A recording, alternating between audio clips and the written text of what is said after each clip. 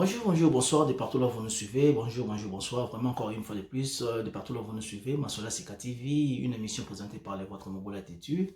Nazali nesengo mingi koyeba ke na bisika biso mbi na banda ko dabino vous êtes sur nesengo ya komana ndeko na bino Mobola Tétu na pesi mbote na ningi to banda toujours na notre grande équipe technique na kombo ya tonton Mimi Chek Mandongo prêtre soko yebite tout na Calibre le Londres na salon des vainqueurs qui tenge jackpot zabu na pesi ba mbote ya mingi samalu ko kikayu na kayu en tout cas na pesi ba mbote ya mingi Basta Sébastien Mobutu ya Maman Cornelia Bafosset, na pesi mbote na ngane Elvis Nkela, Cédric Matadi, Kaluji Izine, et sans oublier Gidel Kunku, Mfinuku ya bana njili, na pesi yo mbote na komo ya Sam Kunku, na pesi yo mbote Mfinuku ya bana njili na ya Nchango, na pesi yo mbote ya mingi, boye bakobate la biso ya malamu po, en tout cas Sam Kunku, kitoro makasi, vraiment na pesi yo mbote ya mingi, na pesi mbote na bandeko nyonso ba mesana kolanda biso, vraiment boye bakomesana na mikolo ndeka atolobi, mikolo bo banumona nga toujours na basala na ba diffusion ba émission mais na basala ba live té parce que toza vraiment prêt ba pareil déjà c'est comment qui met tous là moteur ya ko installer les biso yango et puis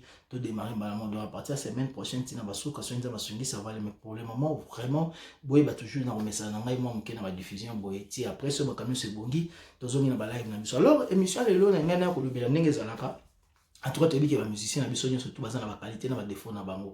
Mais vraiment, eux, artistes, faire rigolo là, acharnement, ouais, ma casse, comment, comme les colonnes, en tout cas, comme le Romususu, on va défendre toujours Batalon. Batalon, basé belé, mais il y a fait rigolo, en tout cas, ça va qualité, oh, tu vois, quand tu as vu les cas inaperçus, bon, tu sais, ils ont battu belé, basé, ils ont tout fait talent, alors de jour au jour, bisopé, tu auras toujours la vérité. Alors, le mission, le lot, na bengango, pièce contre pièce. Pièce contre pièce o eza émission na biso lelo o na sengi na bino bandeko na ngai na pièce contre pièce émission lelo bozwa ta na bino bofanda botala na rolekisa bino ba vidéo et kozwa peut-être tam so ba 2 à 3 minutes soyez vraiment patient bosi ça va émission ba vidéo na tina suka et puis biso tozonga po ba vidéo o to meka sko expliquer bino mitema mabe bandeko na biso belezo utawapi jalousie mingi zo utawapi metam so ba retourner jalousie na dans le sens contraire, il y a toujours que faire est jaloux, quelque chose de cela, mais toujours, pourquoi, jaloux, tant plus ne bangon de musu artiste, acte de jalousie envers jeune frère na bango. Alors, na roti kabino, par amour, bota la vidéo, oyo, prenez votre temps, et puis na simanamo, tu continuer l'analyse na biso. Merci beaucoup, na bato nyos to mesana, na ba oyo bota la Mobola Tétu, merci pe bosabona, na ba ona bosabona te tant beaucoup ta Mobola Tétu, abonnez-vous massivement, et puis wanezali na YouTube na biso, Masola Sika TV, so bokei na Facebook na biso ezali Mobola Tétu,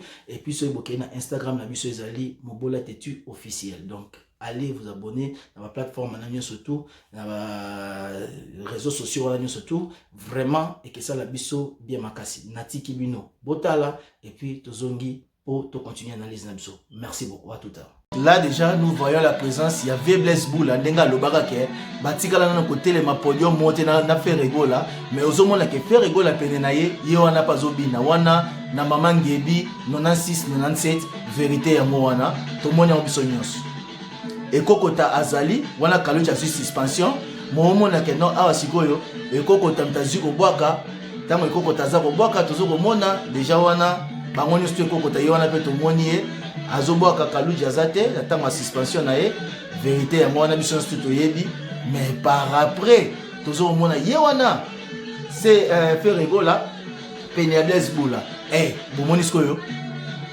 mutu siko azongeli siko bwaka nani fait rigola yowana abandi ko boka Blaise Boula pena donc pona obaka atikala ko mona été eza lokuta déjà te démontrer mon par preuve. Et là déjà nous voyons un grand concert de Papa Wemba ensemble avec Wenge Mobimba et Melia Jibem Piana Bango tout 96 95 déjà tant où Blaise Boula pas là qui a Papa Wemba ba invité qui fait rigola pas là qui quelque part invité na kati ya ba grand wana nyonso balobi que le lot tout le monde a battu bele bande ko so ba manda chante ba vena biso ba Blaise Boula bazolo banini ke non atikala ko za la partie à Wengete mais quand tozomona malembe na ba concert tout awa tozomona awa 95 96 fait rigola Wenge au grand complet avec Papa Wemba à la pointe azaki invité à la pointe biso tozomona fait rigola azoko prester na kati na bango un jeune au ba dernier fils ya Wenge Alors, moi, il va jalousie, mais nous allons comprendre au fur et à mesure. Émission de ce qui est malé, mais malé, mais tu décortiquer, tu comme à Bissikawana. Merci, Bandeko. Tout le monde a mis sous.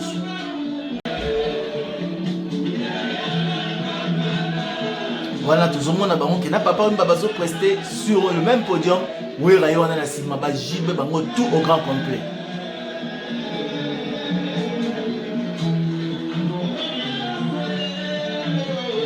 Et Bissora, tout comme premier concert, je pense, offert à Salah Bima Libanda. Il y a Wenge ensemble, mais déjà, aussi, le problème est comment entre Bango. Maintenant, la Côte d'Ivoire, là, nous voyons Adolphe Dominguez, Ferregola, Weranson et Emile Elas. Et Kabwana rappelle côté qu'on a Alain Pela, Sori Jiba Mati, Alain Pela Mati, Nables Boula, na Emile, Bazansa là toujours, qui est des cheval, Oyemba na partie à musique, Owerazo Yemba, Bazo qui n'est pas Yemba Jibé. Donc, ça démontre, dans ma preuve, ce que Azala qui fils à Wenge, dernier fils à Wenge Balobaka, c'est bien vrai qu'il était dernier fils à Wenge. Mais tout le monde a les lois, parole, souci, ma vie. Pour s'attaquer à un jeune frère Nabango, ça démontre quand même de l'acharnement et monter ma envers rien. On ne dit pas que Ferré est parfait, mais ma preuve, ils ont démontré que les messieurs Azala na Wenge est bien vrai que Ajoua par na Kata Wenge, c'est Yem Taro joué timbre, il y a Jibem Piana Awa, et puis Azala qui assisté Bango, qui est vrai, c'est une personne qui a participé à part na à l'omoli pe ba charge sous super makasi na kati Wenge, tant bazaki ensemble les a bobo été mais le tout le monde a pas sous preuve de jalousie, le lot fait comme incriminé, mais bah, image pour s'arrêter. Merci à YouTube pour la vérité à moi et fan du one. Toujours continuer l'analyse Nabiso. D'accord. Et non, papa chéri, souci,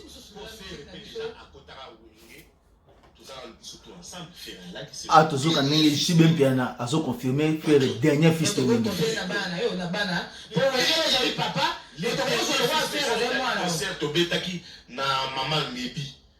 L'air to lati ba Pentagone au Monake Ferra là qui wana Kalunji to suspendre et Ferré il avait un grand talent, il s'est surpassé, tu sais que c'est lui qui a fait l'animation, il y a ça l'animation beau archive les allez na la consacré que ne compte la archive au monde, c'est Ferré qui avait animé. C'est ce jour-là j'avais compris déjà moi nous avons talent makasi. Et voilà, talent, ma bombe va monter. Mais c'est comme c'est pour dire. C'est là où tu as bête, c'est là où tu as bête, qui fait la Wenge. Wenge, vous êtes président. Moi, je suis Wenge, le dernier fils de Bessi. Ah, tout le monde a demandé à chanter Zolo Bakeo, Aza, dernier fils à Wenge, mais tout le monde est mort, Jibazon Zima, dernier fils à Wenge. Merci. En tout cas, bien mot, Bomoni, Totali, tout le monde va réalité, n'y a surtout, Oyo, Bamakamus, Totali, Obabengi Genèse, en fait, il y a fait rigola. Kozonga déjà na ba critique autre que koloba lelo artiste na biso o nyo surtout bazo sala et toujours pour la fierté à Congo, mais to loba mo déjà peut to loba mo mingi na ba génération nyo surtout ezala kana ba titan oyo ba koza le belé na ba talent mais na ba titan o ba bima toujours na tête pour na kokumba moi génération mo et génération oyo to zomo na ba artiste bazo kumbela mo parmi bango Ferrego là azamo konamo. Alors lelo ba charnement comme vraiment makasi envers artiste, toujours au monde a pensé que méchanceté et ça makasi, batu bazane sengo mingi te, toujours artiste mutumabe, toujours artiste mais artiste toza mosantu na bango nyoso tout peut toluki to monite bazana ba qualité na ba défaut na bango, mais lelo to moni biso moko. Totala ki émission mususu leka ki ya grand frère na biso, Blaise Boula. Oyo, yi moko alobi ke na début. Atikala ko mona faire rigola ta na moment mais totali. C'est vrai, nous allons quitter les Zahir, tout le monde est besoin surtout concert et bêtement la maman Ngebi. Et faire un bon la salle animation.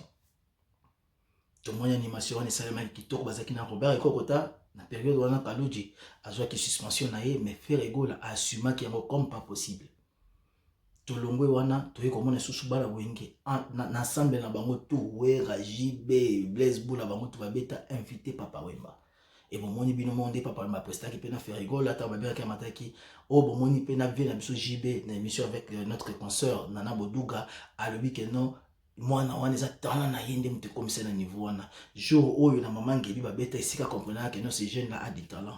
Alors ils ont un talent mususu oyo za ko tout farate na vie, une vraie étoile dans la vie ba komata ngo toujours ya on moni ngala epsa mingi ba golois ba gauloise ba gladiateur et puis ba fanatique de la bonne musique. En tout cas, il faut que vous soutenir un vrai talent.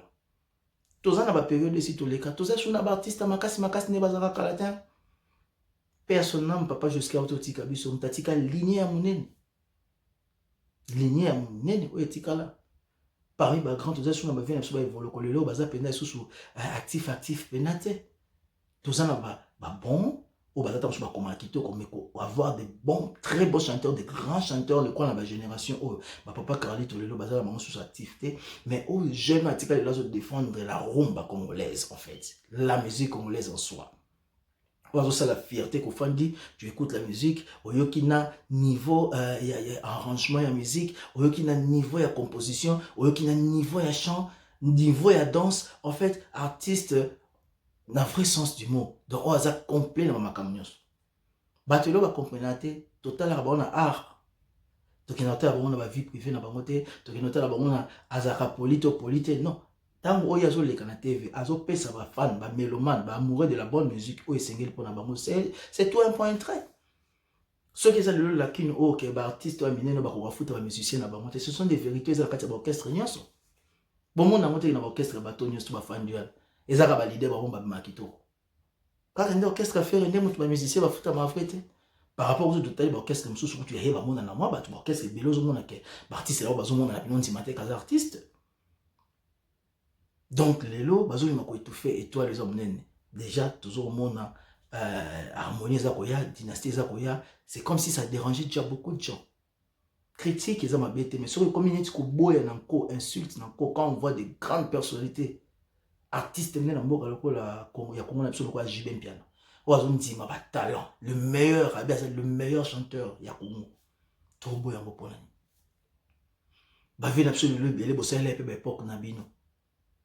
déjà surtout on a fait une émission Blaise Boula na émission de konapso confrère na so adoyiwe aboyaki abike ya tikala omoni batemite boke na maman ngebi tout mona wana boke na premier concert je pense voyage au faire à sala déplacement musique en Côte d'Ivoire concert les aloko ya déjà ba comme maman qui a okabana na suka mona côté oyo we razo ye mana faire na Emile na Lempela na Adolphe Dominguez Hermoso PJ na Blaise Boula Emile pa ya zonyo na Lempela ba yembi pas ensemble pour moi qui ba comme déjà la moi ba rancune na kati entre bango ba problème moi muke ko soit na de salaire quoi deux quand kabona qui tout le monde est présence à faire. Tant que tout le monde est venu sur Amanda chante, vous venez pour dire que nos frères, la dernière fille, ça wingete wingé sur un nayo. Ok, JB si ko batu babanda ko tu wingé tango yo yaka bandimi na mwana suka wala nyonso to kaka mauvaise foi. Motema mabe oni zo utawapi, to yebite mena ko meka ko rappeler moi muke vidéo on azo tchela bino oyo ya moi suka botala sous vidéo oyo puis tozonga to pesa bon ka analyse na suka puis to sa conclusion na tike bino botala tozongi tout de suite. Teno na likolo. Oya man. Manda tango biso sali bana oke fondation Tumba manda sikoyo abetaki na bana okete abetaki na fondation Tumba rien azali bete azate le vieux apesi manda na se akwiti ya liwa donc le vieux simara pesi pouvoir manda chante na se akwiti liwa ya liwa obi liwa on est normal banga alors pesati boyo ka vérité pour chanter le ba on a no boudé ba grand chanteur boudé. Parce que l'idée a fait Zalaki, le souvent nous voit chanter moi bien Nicolo, son mon petit à faire. Donc, soit après ça il fait, pour faire la qualité voilà. Ozoka, pour faire avec qui va bilou on est mis dans nos salaires sur la pépé carré. Mais à moi on vient de faire. Ma casse. OK. Donc à l'obagi na génération faire ça chanter. Et tu es au monde en haut. On a fait les nanas à la bande. OK. Ayoka fait. Mukolo Jean-Jacques Tati Makoufi. Mukolo fait le baki. Ayoko senga nzemu na yolo. Zobeta na matanga y avait Jean-Jacques Tati Ma. Voilà tout tu poto. Abi oh. Tant on fait la hier bi oh mais viens na mine banzo moko. Côté ba no kebeta. Nzemu na mtema bango a chanter la bala mikete. Nzemu ni mo. Ayoko senga biso bouli. Festival. Yo ko ngomba bouli. Oza wengete ya. Abi la hier réponse le bela bibo. Misu. Et ce monde. Zone zo paiement. Matu Zoyuka. Réponse sinon on peut se la monoko. Je peux dire. Première amour, c'est que Vies Maro a Nelly. Abisi mbongo et kablaman de chant. Et là, il fait. Ayambié à petit nom. Au chanteur. Pour dire moi, il faut oyer bayango. Nani na ningelaka. Yango. De la moule dans ton jeu. Exact. Donc, tu as mis dans ma solo. Binomoko, alors Binomo Moni, bande konanga botali, peut comprendre des vidéos wana, vous sentir le lot combien artiste bomoni wana, azala qui peut déjà, artiste n'est pas bêta déjà dans début na wenge, ba manda kout baka okute na kati ya wenge en fait, une personne qui connaît bien manda. Alors bomoni lelo, vérité, et ça le call la lumière. Soit ta boche côté moi molili lumière na sa mesa et bima toujours. Faire azala la lumière en fait, il y a musique lelo. Parmi ba grand lelo, aza jeune moko osotali pe carrière na ye na ba époque wana bana 95 96 style lelo asali carrière moulai c'est normal que aza na ba chef d'œuvre aza ba nzembo kitoko asala ba biloko bien parce que zupe expérience pas ba ya na ye aux génération ya ba chroniqueur lelo ba ye nzala ya pasi je m'excuse bolimbisa ya ba mendiant ya lokoso oyo mitozo lingisala te mezaka ba hôtel lokoso ya mbongo. Peut-être au fond de temps, je suis dans la condition où je suis dans la condition la boy. Les affaires na bisoté mais ça va rendre mais ça la grâce mutu la mutu na menza malbike. Zala na komi kitisa kende malemi na momembe na tango na oyiba pambola mais bato be lelo bazo ko kene malemi te ba journaliste oyo bazo ko ya mbangu na lokoso ya kokumisa ka kamo boy pona peut-être ba miette ba mbongo moko mike mais oyo comme ça ba un jour ridicule na miso bato. Ba bisoto le bela ba faire mais la lo mote pas bato wana. Parce qu'il y a des gens qui ont conscience, qui ont talent, qui ont des confiants, qui ont des talent vrai, des plays, qui ont des monde qui soleil, la peine de l'artiste est toujours, mais en tout cas, faire comment on a étouffé, c'est pas gentil. Alors tout le monde dit que papa n'a pas lobby, de quoi lobby ni que papa le tout appréciation na ba timbre. Vous m'avez expliqué na bisika yoka faire rigola. Babilo kona je pense et babilo lelo oyo. Ba vient so man chante ba côté jalousie na mitema. Tant bazo mona ba émission bongo bazo ndima jeune frère na bango. On refuse pas, Mandachat c'est un grand chanteur. 97 Mandachat a sali express qui meilleur ya Congo. Nanzem na Ibrahim je pense. L'album Armageddon basa on a Marie-Paul na JLT pas alaka, je pense na ngai ça venait depuis tu vois ça on a Afrique du Sud. Mais le coup tu vois la vérité pour ce de moment la vérité pour nga ba vie man chante na époque na c'était un bon chanteur un grand chanteur mais na époque alelo ndenga zolo bakeno na toute une émission mo kalobi keno makambo chaka ko on a fait so bazo linga basanga na fait ba ko pesa tanze mo moto ya manda ko ko yemba c'est lokuta to moni a personne papa so jusqu'à qui lokuta kei ba oti ko bandela nzembu fera ye nzembu ya leta chamala manda chante yaya mwana so kangi misu bozo senti ba tembo. Ok, jazz. C'est ça du talent en fait que vous avez l'artiste oh papa na lobby, il y a quoi ko reproduire le ko ndenge sengeli. Hein? Le lot de bafandi boye, to ki biso nzembo alita chamala. Et tu ba tout d'accord.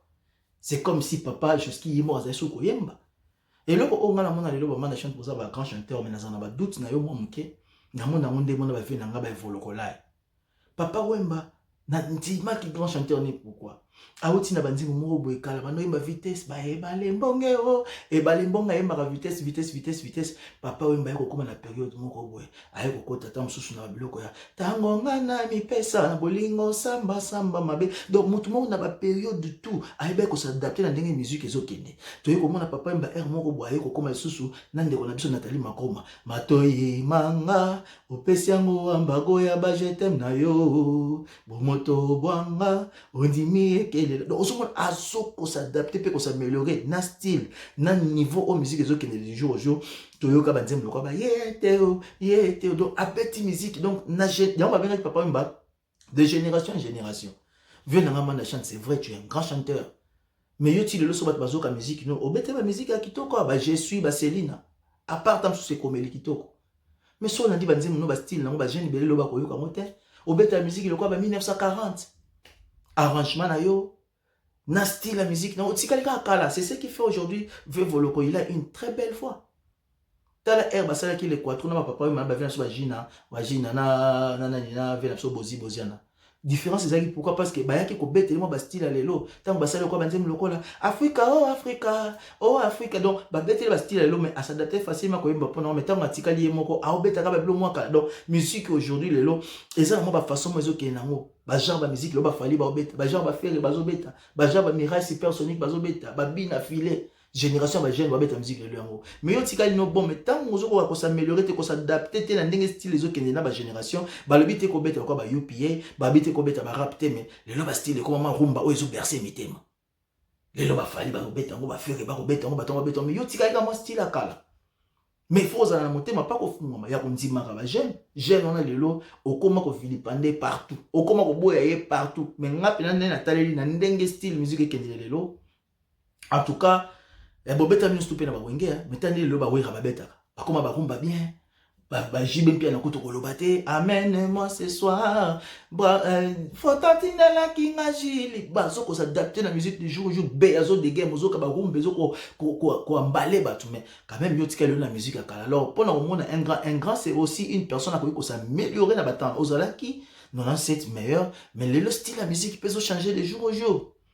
Donc je pense qu'il faut que l'on moi mouké loko wana ba vient na Blaise Boula ba vraiment da chante bolongo moi loko wana aza jeune le lazo kumba faire ta Congo au lobby que peut-être ba makamso ça na kati ya mboka ya Congo faire ça le moteza lokuta ba faire le na ba fali wana na ba bina filé génération le lo bazo ko bete le comme na ba trace comme boy ba komo zo ba compétition likolo yo oui au serva ki wenge musique tant que moi on s'en a bon bozaka ensemble vocal makasi wena kalonzo la kamini kanaima olongwana boye pa ya nani ya vena biso Marie Paul bosali lika muna bino nzemba Ibrahim na nzemba Liberté ezaba nzemba Simba metango longwe yo moko lelo zobeta na tango wa muke oyo longwa zobeta na bande ko na yo ba lek ba jeune frère na yo na ba fere ba fali ata ba bina fidèle lelo bazo marquer makasi baroki na Côte d'Ivoire ba che ba ya na ba beta ba Fabregas bo yo tam sotika na musika nzima quand même que au cela époque non mais na tango ba jeune ba super élève ba ok non makasi puis na vitesse lelo quand même aux amours en na sima donc c'est normal ezaka ba époque na époque mais ce que c'est mauvaise foi ya motema mabe ya ko critiquer ka ya ko boya petit na bino jeune frère na bino encore et oh lorsque tout le monde ba vient absolument quoi ba jibe mpia na ba démontrant que non de toutes pièces que azali dernier fils ya wenge mais yo boya ke mais si vous bateau kutu bazoka bino na musala ba jibango bino ba kuta mais andimi que non c'est notre dernier fils ya wenge oyo pa beta pa lexa pe ba explore na iba makamnenyo surtout mais bolingo ko ndima ete OK bino nyo stu boza ba artiste bozo aka parti prité mo pandi mususu bo déstabiliser non leki na bino ça dans les bons kontima ko accepter muteza na rien vena biso Blaise Boula to moni biso ba prévoir et puis les lots Blaise Boula le bibon zali kamba kama parce que tu ebili solo que ko tout faire kendanga na BCB chez yende mtabinga na BCB faire na BCB chez ngapu makamina te donc amona kai bazala ka pe na stage mo wenge ka bonaka azaka sirita kanisa ka ke no faire bokoma zaki mingi petit awera donc eba kabwani anga saniti ko ya mo muke ko sonde bango tamso ko samo espionnage banini akenda ne mabe makasi mais yango baba eloko ba négliger toujours na vie ya monde mteto mbomaka. Moi je pense à la limite vous allez ba grand c'est vrai. Mais boza na moté mofungwama en faire balé ki na bino bazal lelo na kata génération ba beta musique bazo sala mpona fierté pe honneur ya Congo RDC balé ki bazo kende époque na bino pesa na tamo bosuka balé ki pe basu relève boza mité mofungwama balé ki nyoso et ya mutu ya tokolo ba yango wana vraiment na pesi mbote ya bande konyo surtout bote ni regarde mais à des fois ce qui est réalité pe vérité zali faut to ba ko expliquer ba grand na biso ba o to ba juste la lelo eza mpona fierté ya Congo. Les musiciens na biso to bazali lelo na tango auto zo mona eza pona fierté Congo. Alors quelque part na ba propos mususu ba vient na biso ezo za moi discours toi par rapport ya batu mususu biso il faut to lukato zo ça nzela musala na biso ezali ya mwana. Alors vraiment na osenga na bande ko tu ya ba mélomane nyonso tu ba fan nyonso de la bonne musique mais calamité harmonie ezali koya et tozo ko mona pe dynastie zo ya veuillez soutenir au faire égola.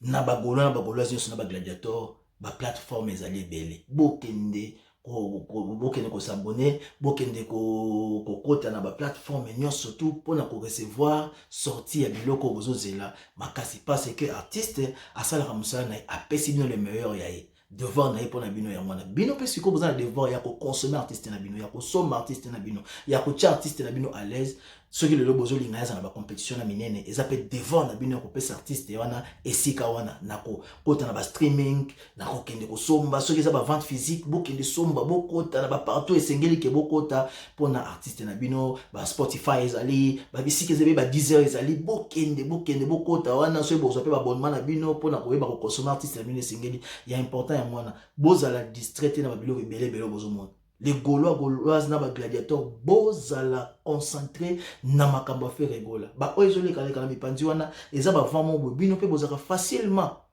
ya ko benda na ba vamo bo so mali kamo ye ningisi bo boke makambo ebele neti pour la décoration trésor congolo et là on appelle ça conseil trésor congolo azaki na faire ba makambo la ba interneza ya bango bino bo ko tante bo finga te Nathalie tali ba mission na ye nazomona ba proprement ma base tenir te mais ba gola des fois bozo dévier bozo qui na côté le problème qui est là ezali que bino se concentrer na faire rigoler ma benga malamu ya faire rigoler na trésor congolais ya bango bino botala nde mingi artiste na bino boluka ba ndenge to kota bokota ba streaming bokota ba partout ba Deezer ezali bokende déjà pour na bo s'abonner bokota ra kota pour sur le bini en tout cas boyeli que partout dans le monde faire ça na ba fan.